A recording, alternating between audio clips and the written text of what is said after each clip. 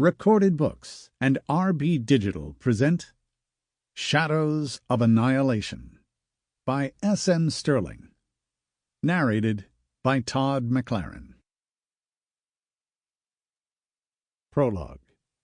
Washington, D.C. Oval Office. White House. June 10th, AD 1917. 1917 B. Point of departure, plus 5 years. No, Mr. President, the decision to withdraw from France was sound. General Wood's voice, with its soft Massachusetts accent, was steady. It's a defeat, and nothing but, Theodore Roosevelt growled over his shoulder, the words like acid in his mouth, and his hands bunched into fists in his jacket pockets. This was the day the last of the American Expeditionary Force had withdrawn from Europe, leaving only the sacrificial French rear guards holding a shrinking semicircle around Marseille and Toulon.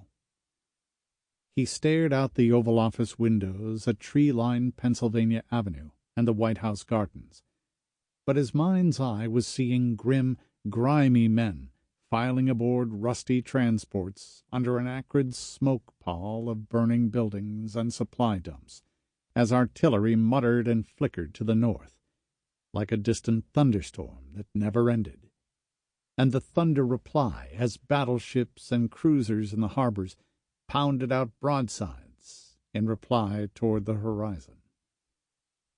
The green and flowery smell of early summer on the Potomac floated through the windows. Its warmth and sweetness felt incongruous in a world gripped in an iron winter of the spirit, as the Great War spread its infinite malice around the globe, and whole nations were burned and beaten into dust. His trained naturalist's ear and mind automatically catalogued the birdsong he heard. He could identify more than 50 species by their calls alone, but for once there was no joy in it. The President turned away and sat once more behind the desk that had been made from the timbers of a Royal Navy ship long ago. The chair creaked under his solid weight, even now mostly muscle, and he forced himself not to snarl as he confronted his two closest advisers. General Leonard Wood was Chief of the Supreme General Staff, winner of the Medal of Honor in the Apache Wars, a very old friend from the Rough Riders and before, and co-creator of the modern American military.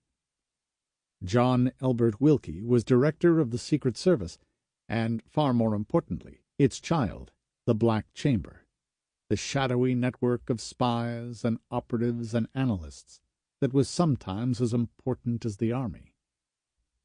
Both were of his generation, born like him within 2 years of Lincoln's election, finally taking over from the Civil War veterans on the new century, and showing they, too, could reach for greatness. Yes, it is a defeat, Mr. President, with several real buts, but still a defeat, General Wood said calmly. It's still the sensible thing to do. We must, ask men to die for their country, but trying to hold on longer would have been throwing lives away for our vanity's sake. This isn't a war that will be settled by a single battle, or a single campaign either, any more than the British wars against France under the Revolution and then Napoleon War. That took 25 years, and it was a whale fighting an elephant that time, too. L'état, ce n'est pas moi, Roosevelt said ruefully, flipping Louis XIV's famous bit of vanity, he thought, on its head. I myself am not the nation. The Republic can survive this, even if it's ashes in my mouth. No man has done the Republic greater service, Mr. President, Director Wilkie said. My God, can you imagine what we'd be facing if Woodrow Wilson was president and trying to deal with this? They all grimaced slightly at the thought. Roosevelt had made the decision to withdraw, on the advice of these two, and against the prompting of his own deepest instincts, what he felt in his heart and belly. Yet Sample complete. Ready to continue?